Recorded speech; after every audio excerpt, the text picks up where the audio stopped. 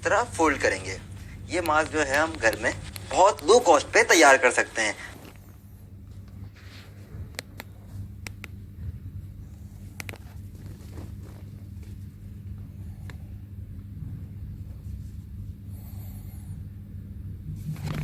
आपने देखा मैंने इसको किस एंगल में फोल्ड किया है। इसके बाद हम एक कॉर्नर में ये एक रबर बैंड लेंगे,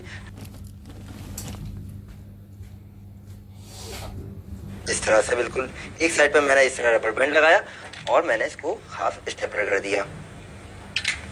इसी तरह पे हम सेकंड साइड में आएंगे, इसकी दूसरी साइड पे अदर साइड में भी इसी तरह हम रबर बैंड लगाएंगे एक, इसी तरह थोड़ा सा फोल्ड करके हम यहाँ पे भी इसकी सेकंड साइड पे भी स्टेपलर कर देंगे।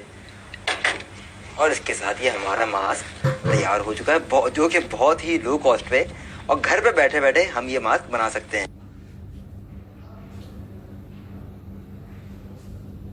अगर आपको ये मास्क बनाने का तरीका पसंद आया तो इसको अपने दोस्तों के साथ भी शेयर कीजिएगा। और एक अच्छी बात शेयर करना, ये भी एक सिक्का जारी है।